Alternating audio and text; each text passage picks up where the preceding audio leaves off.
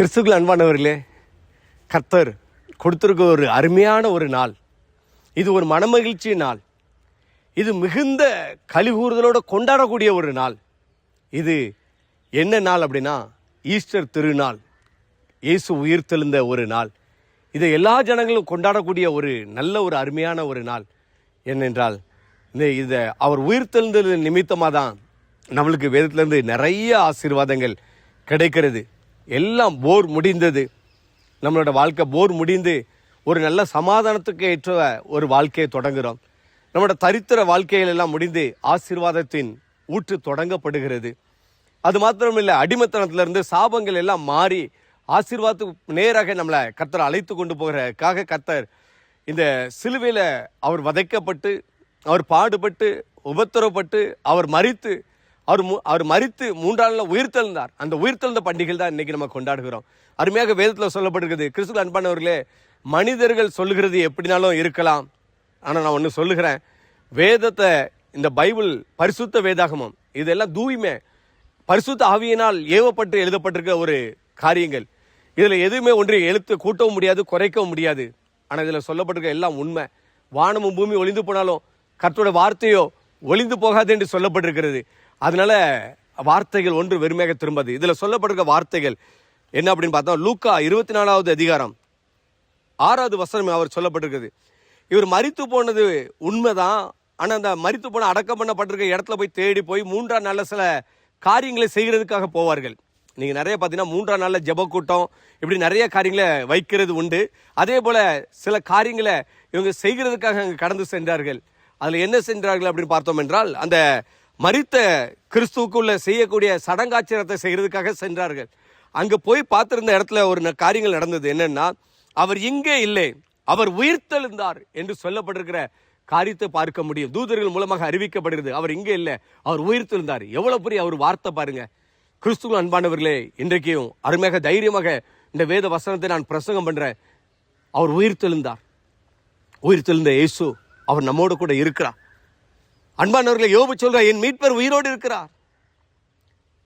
சங்கீதக்காரன் தாவீது சொல்றார், கர்த்தர் ஜீவன் உள்ளவர். அவர் நம்மோடு கூட அவர் இருக்கிறார், உயிரோடு இருக்கிறார். ஏன் நம்ம கலங்கணும்? எதுக்கு பயப்படணும்? ஆண்டவர் இன்னைக்கு, இதுவரைக்கும் உங்களோட வாழ்க்கை எப்படின்னு தெரியாது, ஆனா இன்னைக்கு தேவனுடைய வார்த்தையின்படி கர்த்தர் உங்களோட கூட பேசுவார். இந்த உயிர்த்தெழுந்த தேவனே அன்றைக்கு யார் யாரெல்லாம் சந்தித்தவங்களோட வாழ்க்கையில எவ்வளவு பெரிய சமாதானம் சந்தோஷம் வந்ததோ, அதே போல இந்த நாளில் சமாதானமும் சந்தோஷமும் ஆசீர்வாதமும் சமாதானமும் மகிழ்ச்சியும் களிப்பும் உங்களோட வாழ்க்கையில் நிச்சயமா உண்டாகும்.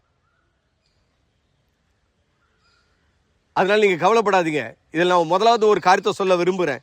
இந்த உயிர்த்தெழுந்த கிறிஸ்து யாரை முதல் சந்தித்தார் என்று சொல்லி பார்க்கும்போது, யோவான் 20வது அதிகாரம் 14வது வசனத்தை நான் உங்களுக்கு வாசிக்க காண்பிக்கிறேன். இவைகள் சொல்லிய பின்னாக திரும்பி இயேசு நிற்கிறதே கண்டாள், ஆனாலும் அவரை இயேசு என்று அறியாதிருந்தாள். இது யார் என்றால் பார்த்தீங்கன்னா, இயேசு நிற்கிறத கண்டாள், இயேசு நிற்கிறத பார்க்கிறாங்க. ஆனால் அது என்னன்னா அறியலை. ஏன் அறிய முடியல அப்படின்னா, கண் மறைக்கப்பட்டது. கிறிஸ்துவுக்குள் அன்பானவர், அவர் உயிரோடு இருக்கிறாரு. ஆனால் இன்னைக்கு எல்லாரோட கண்கள் என்னன்னா, சிலரோட கண்கள், ஆவிக்குரிய கண்கள் திறக்கப்பட்டிருக்கிறது, சிலரோட கண்கள் என்ன பண்ணிருக்குன்னா அடைக்கப்பட்டிருக்கிறது, மறைக்கப்பட்டிருக்கிறது. அப்போ இந்த மரியாளோட வாழ்க்கையில என்ன பண்ணார்னா, கர்த்தர் கண்ணை திறந்தார். அதுக்கு கண்ணை திறந்ததுக்கு காரணம் என்ன? யாருக்கும் தெரியா ஒரு இதை அழகான ஒரு காரியத்தை செய்கிறார். அதுல 15வது வசனத்தை வாசிக்கும் பொழுது, இயேசு அவளை பார்த்து, ஸ்திரியே ஏன் அழுகிறாய்? மறைக்கப்பட்டிருந்தது, ஆனா விசாரிக்கிறார். ஏன் அழுகிறான்னு சொல்லி கேட்கிறாரு. யாரை தேடுகிறாய் என்றார். அவள் அவரை தோட்டக்காரர் என்று எண்ணி, ஐயா, நீர் அவரை எடுத்து கொண்டு போனது உண்டானால் அவர் வைத்த இடத்தை எனக்கு சொல்லும், நான் போய் அவரை எடுத்துக்கொள்ள வேண்டும் என்றாள். இந்த மரியாளுக்கு என்னன்னா, இந்த மரியாள் யார் அப்படின்னா, மகதலேனா மரியாள். இந்த மரியாள்ல 7 மரியாள் இருக்காங்க. அதுல இந்த சந்தித்த மரியாளோட பேர் என்னன்னா மகதலேனா மரியாள். இந்த மரியாளுக்கு தான் முதல் கர்த்தர் என்ன பண்றாருன்னா, அறியாத இதை பார்த்தீங்கன்னா அறியும்படியாக கண்களை திறக்கிறார். இவன் என்ன பண்ண அழுதுகிட்டே இருக்கிறா. அடுத்தது பார்த்தீங்கன்னா, அவரை தோட்டக்காரர் என்று எண்ணி பார்த்தீங்கன்னா, அது மாதிரி அவர் தேடுகிறார். அழுகை இருக்குது, தேடுதல் இருக்குது. இது எது நிமித்தம்னு பார்த்தீங்கன்னா, இயேசு மேலே வச்சிருந்த அன்பு. அழுகை, கண்ணீர் வருகிறது.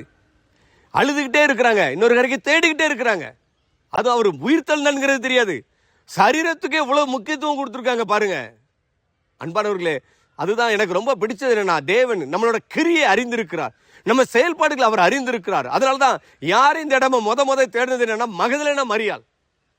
இந்த மகதலேனா மரியாள்கிட்ட வந்து அடுத்த 16வது வசனம், இயேசு அவளை நோக்கி மரியாளே என்றார். பாருங்க, பேர் சொல்லி அழைக்கிறார். இந்த உயிர்த்தெழுந்த கிறிஸ்து பேர் சொல்லி அழைத்தார். அது மாதிரி அவள் திரும்பி பார்த்து ரபுனி என்றாள். அதற்கு போதகரே என்று அர்த்தமாம். அன்பானவர்களே, இந்த முத வெளிப்பாடு கிடைத்தது மகதலேனா மரியாள். ஏன் அப்படின்னு பார்த்தோம் என்றால், மகதலேனா மரியாள் ஒரு காலத்தில் அவங்க வாழ்ந்த வாழ்க்கை வேற. இந்த மகதலேனா மரியாளை குறித்து நீங்கள் மத்தேயுல பார்த்தீங்கன்னா தெரியும். மத்தேயு, மார்க்கு, லூக்கா, யோவான் 4 சுவிசேஷத்துலையும் இந்த மகதலேனா மரியாளை குறித்து சொல்லப்பட்டிருக்கும். இவ ஒரு பாவியான ஒரு மனுஷி. ஆனால் என்னன்னா, இவர் கிறிஸ்து மரிக்கிறதுக்கு முன்பாகவே இவ எங்கெல்லாம் பிரசங்கிக்கப்படுகிறதோ அங்கெல்லாம் மகதலேனா மரியாளோட பேர் சொல்லப்பட வேண்டும், சுவிசேஷத்துல நற்செய்தியில சொல்லப்பட வேண்டும் என்று சொல்லி வேதத்தில் எழுதப்படுகிற 4 சீசர்களும் எழுதியிருக்கிறார்கள். சீசர்களும் லூக்காவும் எழுதியிருக்கிறார். கிறிஸ்து அன்பான 4 சுவிசேஷத்தில் எழுதப்பட்டிருக்கிறது. இவ்வளவுக்குள்ள பெயர் பெற்ற இந்த மகதலேனா மரியாள். காரணம் என்னன்னா, அன்றைய தினத்துல இவங்க மேல யார் அன்பு கூறல. நீங்க ஒரு இதுல பார்த்தீங்கன்னா 4 சுவிசேஷத்துல நீங்க தொடர்ந்து பார்த்தீங்கன்னா, இவன் சீமோன் என்கிற பரிசேயன் வீட்டில் போய் உட்கார்ந்து இருக்கும் போது, குஷ்டரோகி குணமாக்கப்பட்ட அவனோட வீட்டில் பந்தியில இருக்கும் பொழுது இந்த மகதலேனா மரியாள் என்ன பண்ணுவாங்கன்னா, நலமான தைலத்தை உச்சியில இருந்து உள்ளங்கால் வரைக்கும் ஊற்றி அவங்களுக்கு கண்ணீரால பாதத்தை தடைப்பார்கள் என்று சொல்லப்படுது. அப்ப என்னன்னா, மரிக்கிறதுக்கு முன்பாகவும் மரித்த பின்பும் இவரோட அன்பு என்னன்னா குறையவே இல்லை. அன்பானவர்களே, தேவன் மேல வச்சிருந்த மகதலேனா மரியாளுக்குள்ள அன்பின் நிமித்தமாக தேவனாகிய கர்த்தர் தேடி போய் மரியாளை சந்தித்தார். இதற்குள்ள காரணம் என்ன தெரியுமா? வேதத்தில் சொல்லப்பட்டிருக்குது, புதிய ஏற்பாடுல கட்டளை கொடுக்கப்பட்டிருக்குது. உன் தேவனாகிய கர்த்தரிடத்தில் நீ முழு இருதயத்தோடும் முழு பலத்தோடும் முழு ஆத்மோடு அன்பு கூறுவாயாக. இந்த மகதலேனா மரியாள் கற்பனைகளை சரியாய் கை கொண்டதுனால தேவன் மேல நல்ல முழு பலத்தோடு முழு இருதயத்தோடு முழு ஆத்மோடு அன்பு கூர்ந்தது நிமித்தமாக தேவனாகிய கர்த்தர் தேடி வந்து சந்தித்து மகதலேனா மரியாளுக்கு அவர் ஜீவனோடு இருக்கிறார் என்று அதை வெளிப்படுத்தினார். அன்பானவர்களே, இன்றைக்கு அதே தேவனாகிய கர்த்தர் நீங்களும் இந்த மகதலேனா போல மரியாளை போல தேவனத்தில் அன்பு கூறுவீர்கள் என்றால் அவர் உங்களுக்கும் அவர் வெளிப்பட அவர் வல்லமை உள்ளவராக இருக்கிறார். இன்னொரு காரியத்தை நான் உங்களுக்கு சொல்ல விரும்புகிறேன். நீங்க இன்னொருத்தருக்கும் அவர் வெளிப்படுத்தினார். அருமையான அது யார் அப்படின்னு பார்த்தோம் என்றால், இது ரொம்ப முக்கியமான காரியம். 1 கொரிந்தியர் 15 அதில் 5வது வசனம் சொல்லுது, கேபாவுக்கும் பின்பு 12 தரிசனமானார் என்று சொல்லப்படும். அப்ப கேபா யாருன்னா பேதுரு. இந்த பேதுரு யாருன்னா மறுதலித்து போனவன். இவனை எப்படி போய் தேடினாரு அப்படிங்கிற உள்ள பொருள் என்ன அப்படின்னு பார்த்தீங்கன்னா, இவன்கிட்ட என்ன இருந்ததுன்னா, சிலுவையில் அடிக்கப்பட்டு அவர் தொங்கப்பட்டு அவரை பார்த்தீங்கன்னா இதில் இருக்கும்போது அதில் ஒரு காரியத்தை பார்க்க முடியும். அவர் கண்ணீர், அது பார்த்தீங்கன்னா மனம் கசந்து கண்ணீர் விட்டு அழுதான் என்று சொல்லப்பட்டிருக்குது. தேவன் மேலே வச்சிருந்த அன்பு. இதுக்கு முன்னாடி சிலுவையில் அறையிற்கு முன்னாடி இருந்த அன்பை நான் உங்களுக்கு சொல்ல விரும்புகிறேன். இவன் பேதுரு வச்சிருந்த அன்பு எப்படிப்பட்ட அன்பு தெரியுமா? கிறிஸ்துக்கு ஒன்றுன்னா அவன் பார்த்தீங்கன்னா அவன் சொல்லுவான், ஜீவனையும் கொடுப்பேன் அப்படின்மா. உண்மையாக சொல்லுறேன், அவன்கிட்ட இருந்தது உண்மையாகவே மாம்சத்தில் அப்படி பேசுவான். பேசுறது மாத்திரம் இல்லை, அவன்கிட்ட குணாதிசயங்கள் பேதுருட்ட மிகவும் அருமையான குணாதிசயம். ஒரு கட்டத்தில் பார்த்தீங்கன்னா இவரை கைது பண்றதுக்காக வருவார்கள். போர் செய்வர்கள் வந்து நிற்கும் போது அவன் டக்குன்னு உள்ள இருந்த ஆயுதத்தை எடுத்து என்ன பண்ணிடுவான்னா, அந்த போர் செய்வரோட காத்தை வெட்டிடுவான். நல்லா கவனிச்சு பாருங்க, காத்தை வெட்டிட்டா நான் நாளைக்கு என்ன பிரச்சனைங்கிறது தெரியும். ராணுவத்து மேல கை வச்சா விடுவாங்களா? ஆனா அப்படிப்பட்ட இது காரணம் யாருன்னா, கிறிஸ்து மேல அன்பின் நிமித்தமாக மாம்சத்துல தவறான ஒரு காரியத்தை பண்ணிட்டாரு. இதெல்லாத்தையும் கர்த்தர் வச்சிருக்கிறாரு. ஏன்னா பேதுரு தேவன் மேல வைத்திருந்த அன்பு. ஒரு கட்டத்தில் நீங்க பார்க்கும் பொழுது கடைசியாக கால்களை கழுவணும்னு பாரு. ஆண்டவரே, நீர் எப்படிப்பட்டவர், நீர் உன்னதமான தேவன், என்னோட காலை எப்படி நீர் கழுவலாம் என்று சொல்லி அவர் சொல்லுகிறதை நம்ம பார்க்க முடியும். அதனால நீங்க நல்லா கிறிஸ்துவுக்குள் அன்பானவர்களே, இவர் என்ன அப்படின்னா கால்களை கழுவ வேண்டான்னு பாரு. ஆனா அதுக்கப்புறம் காலை கழுவினால் என்று என்ன சில காரியங்களை சொல்லி கொடுக்கும் பொழுது கழுவும் என்று சொல்லி விட்டு கொடுப்பாரு. காரணம் என்னன்னா, பேதுரு தேவன் மேல வைத்த அன்பு நிமித்தமாக கேபாவை போய் சந்தித்தார். கிறிஸ்துவுக்குள் அன்பானவர்களே, இந்த நாள்லயும் இந்த நாள்ல இருந்து நீங்களை அர்ப்பணிங்க. இயேசுவை நேசிச்சு பாருங்க. நீங்க இயேசுவை நேசிச்சு பாருங்க. அவர் மேல அன்பு செலுத்தி பாருங்க, உங்கள் பாவங்கள் மன்னிக்கப்படும். இந்த மகதலேனா மரியலோட இதை பார்த்தீங்கன்னா, நேசிச்சதுனால உன் பாவம் உனக்கு மன்னிக்கப்பட்டது என்று சொன்னார், உன் விசுவாசம் உன்னை ரட்சித்தது என்று சொன்னார். அதே போல கிறிஸ்துவுக்கு அன்பானவர்களே, இவர் உயிரோடு இருக்கிறார் என்பதை உங்களுக்கும் எனக்கும் காண்பிக்க, பேதுருவுக்கு காண்பித்த அதே மகதலேனா மரியலுக்கு காண்பித்த கிறிஸ்து உங்களுக்கும் எனக்கும் காண்பிக்க அவர் வல்லமுள்ளவராக இருக்கார். கவலைப்படாதீங்க.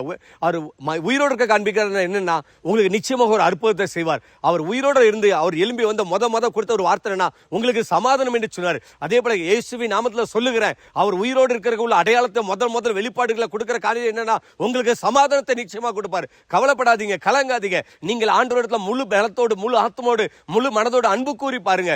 நிச்சயமா சொல்லுகிறேன், அவர் ஜீவனோடு இருக்கிறார் என்பதை மகதலேனா மரியலுக்கு வெளிப்படுத்தினது போல, பேதுருக்கு வெளிப்படுத்தினது போல, எம்மாவூர் சீசருக்கு வெளிப்படுத்தினது போல உங்களுக்கும் எனக்கும் வெளிப்படுத்த அவர் வல்லமையுள்ளவராக இருக்கார். இயேசுவின் நாமத்தில் தைரியமா சொல்லுகிறார், அவர் இன்று உயிரோடு இருக்கிறார். அவர் உங்களை விசாரிக்கிறவர், அவர் உங்களை காண்கிறவர், அவர் உங்க சத்தத்தை கேட்கிறவர், அவர் உங்களுக்கு பதிலளிக்கிறவர், அவர் உங்களோட வாழ்க்கையில உங்களுக்காக யுத்தம் பண்ணுகிறவர். இன்றும் அவர் ஜீவனோடு இருக்கார். ஏதோ இயற்கைக்கு அப்பாற்பட்ட அதிசயத்தை உங்கள் வாழ்க்கையில் செய்வார். நீங்கள் நான் செய்யக்கூடிய ஒன்னே ஒண்ணு, இந்த மகதலேனா மரியலை போல தேவனிடத்தில் அன்பு கூறுவோம், பேதுருவை போல அன்பு கூறுவோம். ஆண்டவர் சில காரியத்துல விட வேண்டிய காரியத்தை விட்டு பாருங்க. செய்த குற்ற உணர்வோடு மனம் திரும்பி பாருங்க, உங்களை ஆசீர்வதிப்பார். அவர் ஜீவன் உள்ளவர் என்பதை கர்த்தர் இந்த உயிர் தந்த நாள்ல இவர்களுக்கு வெளிப்படுத்தினது போல உங்களுக்கு எனக்கு நிச்சயமா வெளிப்படுத்துவார். நீங்கள் விசுவாசிங்க, தேவனுடைய மகிமை காண்பீர்களே. கிறிஸ்துவுக்குள் அன்பானவர்களே, எல்லாருக்கும் கர்த்தருடைய நாமத்தினால இந்த வாழ்த்துதல் செய்தியோட கூட உங்களுக்கு ஒரு நல்ல ஒரு வாழ்த்துதல், ஈஸ்டர் பண்டிகை திருநாள் நல் வாழ்த்துக்களை நான் உங்களுக்கு தெரிவிக்கிறேன். ஈஸ்டர் நல் வாழ்த்துக்கள். God bless you.